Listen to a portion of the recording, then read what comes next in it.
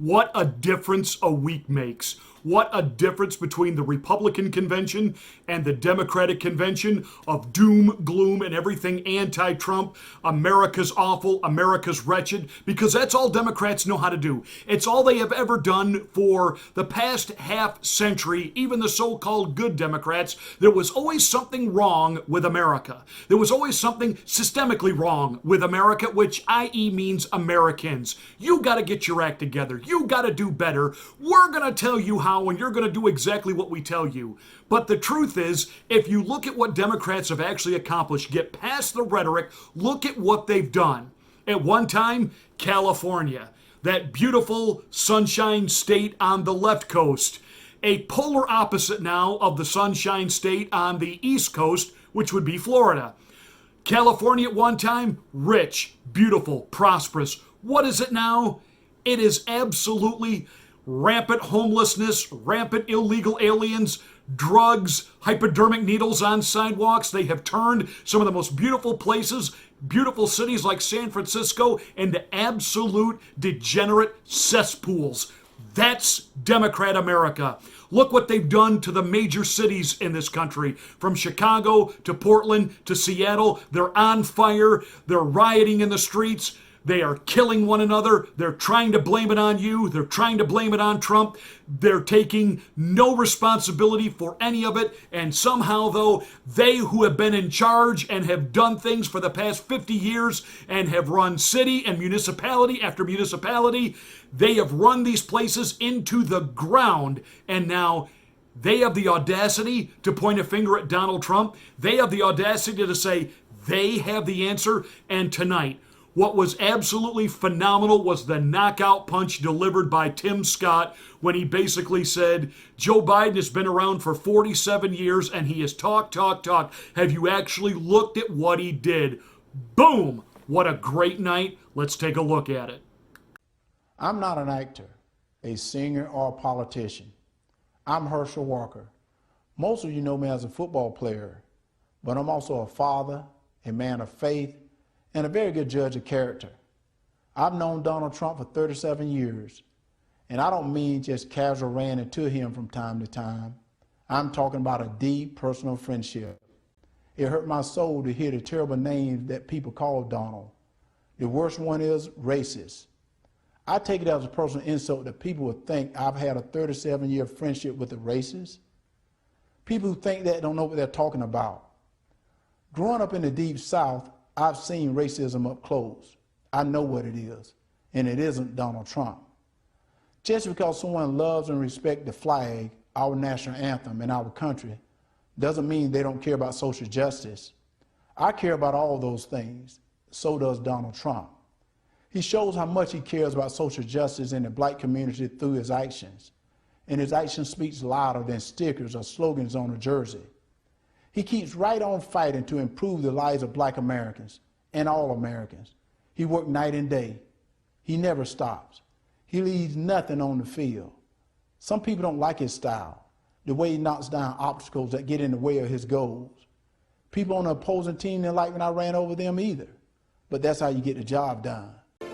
Hello, America. My name is Vernon Jones, and I'm a state representative from the great state of Georgia. As you can see, I'm a man of color, and I'm a lifelong Democrat, too. You may be wondering, why is a lifelong Democrat speaking at the Republican National Convention? And that's a fair question, and here's your answer. The Democratic Party does not want black people to leave their mental plantation.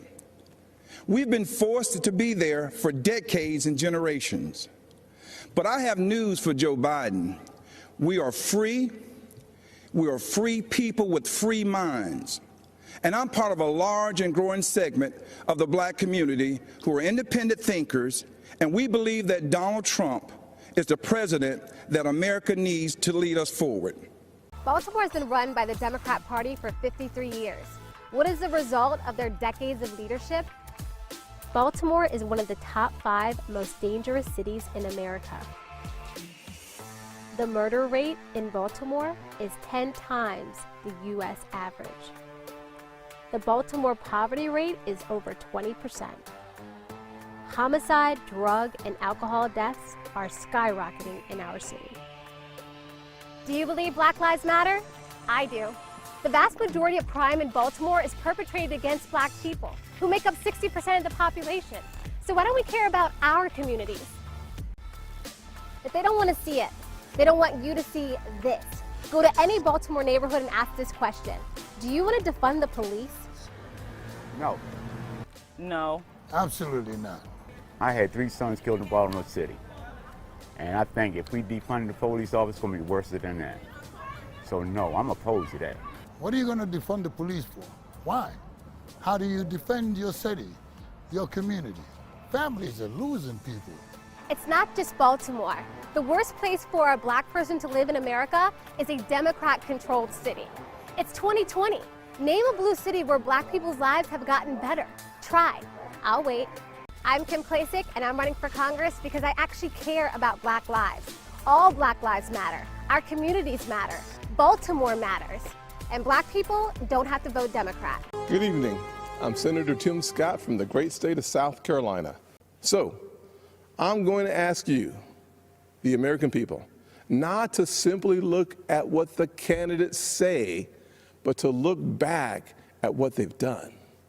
This election is about your future, and it is critical to paint a full picture of the records of Donald Trump and Joe Biden. Joe Biden said if a Black man didn't vote for him, he wasn't truly Black. Joe Biden said Black people are a monolithic community. It was Joe Biden who said poor kids can be just as smart as white kids. And while his words are one thing, his actions take it to a whole new level. In 1994, Biden led the charge on a crime bill that put millions of Black Americans behind bars. President Trump's criminal justice reform law fixed many of the disparities Biden created and made our system more fair and just for all Americans. Joe Biden also failed our nation's historically Black colleges and universities, heaping blame on them as they fought to ensure our young folks had access to higher education. Once again, to clean up Joe Biden's mess, President Trump signed into law historically high funding for HBCUs, as well as a bill to give them permanent funding for the first time ever. And now Joe Biden wants to come for your pocketbooks. Unless, of course, you're a blue state millionaire. I'm serious. That's one of their solutions for the pandemic. They want to take more money from your pocket and give it to Manhattan elites and Hollywood moguls so they get a tax break. Republicans, however, passed President Trump's once-in-a-generation tax reform bill that lowered taxes for single moms, working families, and those in need. Instead, we must focus on the promise of the American journey. I know that journey well. My grandfather's 99th birthday would have been tomorrow. Growing up, he had to cross the street if a white person was coming. He suffered the indignity of being forced out of school as a 3rd grader to pick cotton, and he never learned to read or write.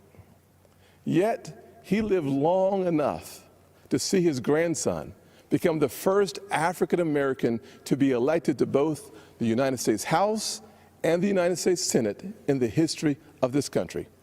Our family went from cotton to Congress in one lifetime. And that's why I believe the next American century can be better than the last. From NFL superstar Herschel Walker. Then you had the, out of nowhere, the candidate from Baltimore, Kim Klacik. She is dynamic, talking about how black people have been ignored by Democrats and that black people have been insulted by people like Joe Biden for basically saying, if you don't vote for Joe Biden, you ain't black. Then we heard from Vernon Jones, a Democrat, a state representative of Georgia, a Democrat, explaining why you ought to vote for Donald Trump. You know, it's funny. Last week we heard all this hype and endless blah, blah, blah, blah, blah from the lying legacy corporate corrupt mainstream media and even some of those so-called moderates over there at Faux Pas News, formerly known as Fox News, and even Chris Wallace talking about, I got a number of Republicans that are they're getting on board with Joe Biden, and you're going to have John Kasich speak. Did anybody even hear John Kasich's speech? Does anybody even care? Were there any millennials going, wow, I was wondering if I should vote for Joe Biden or not, but now that I've heard John Kasich. And then, of course, there were never Trumpers, and there were people that we have forgotten about, the old legacy dinosaur career Republicans, the country club Republicans, the Christy Todd Whitman, alleged former governor of New Jersey. And we heard from the Mitt Romneys about, that an ex-Republican, Colin Powell. And, you can't go with Donald Trump. But he didn't talk about Vernon Jones and what an outstanding speech he gave. But the speech of the night was Tim Scott. First African American to be elected both to Congress and to the United States Senate. And when he closed with a story about his grandfather who had to leave school in the 3rd grade to pick cotton, but he got to live long enough, even though he never learned to read and write, to see his grandson walk the halls of Capitol Hill. And his line of the night, from a cotton field to Congress in one generation, one lifetime, only in America. And that was the whole theme of the night. Only in America, the greatest country on the planet. To listen to the Democrats last week, why, we should have followed Europe's lead on what to do with coronavirus. And yet, they haven't talked about that for the last 2 weeks. The last 2 weeks, our new cases of coronavirus in the U.S. is at an all-time low since this whole pandemic broke out. Media's not talking about that. The Democrats sure didn't talk about it. And some of you that consider yourself Trumpers, but you're living in fear of Coronazilla, you don't even know about it. You're not paying any attention to it. You're just, I'm going to wear the mask because I don't want to get sick. Get sick so you can get over it and then get on with your life. Unbelievable that we are doing better than the other G7 nations economically in spite of a recession that has bigger unemployment numbers than the Great Depression. But yet this economy is just champing at the bit to get ripping and roaring. And it would be if California would open, if Michigan would open, if Illinois would open, if New York would open, if New York City would open. Imagine where we would be right now.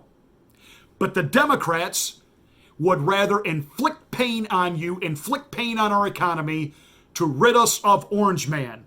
And then make no mistake about it, Joe Biden and Kamala, and I will not call her Kamala, Kamala Harris, they will inflict pain by putting us through another national shutdown, more mask mandates.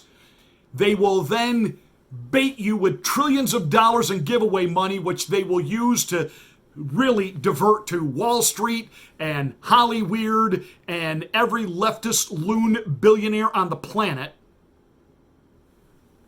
bankrupting us, and the whole time they'll blame it was all because of Donald Trump had acted faster and sooner. We wouldn't have to do this. Do you understand? They want to burn down your cities. They want to destroy your monuments. They want to erase our history, the legacy. That's what the Democrats have to offer. And the Republican convention, they kept talking about school choice. Every speaker brought up school choice. Tim Scott talking about letting every minority family, every African American family, every Latino family, every poor family be able to choose where to send your child to school, to another public school, to a charter school, to a private school, to a parochial school, to a Christian school, to a home school. And I'm telling you, that's going to resonate. We heard from the father of a Parkland shooting victim. We heard from hostages who were held abroad that Barack Obama were letting lie in anguish in prisons in other countries, in particular Islamic countries. There was nothing we could do. Trump has seen over 50 American hostages held around the world released. 50. We heard from the McCloskeys, the couple in St. Louis, who are under indictment and are being criminally charged with felonies for brandishing weapons to defend their home. And that entire mob that stood on their front lawn, and you've seen the video repeatedly, none of them have been charged with anything. But MSNBC had to break in and claim that the McCloskeys were lying and they were factually wrong, etc., etc., etc., just absolutely degrading them.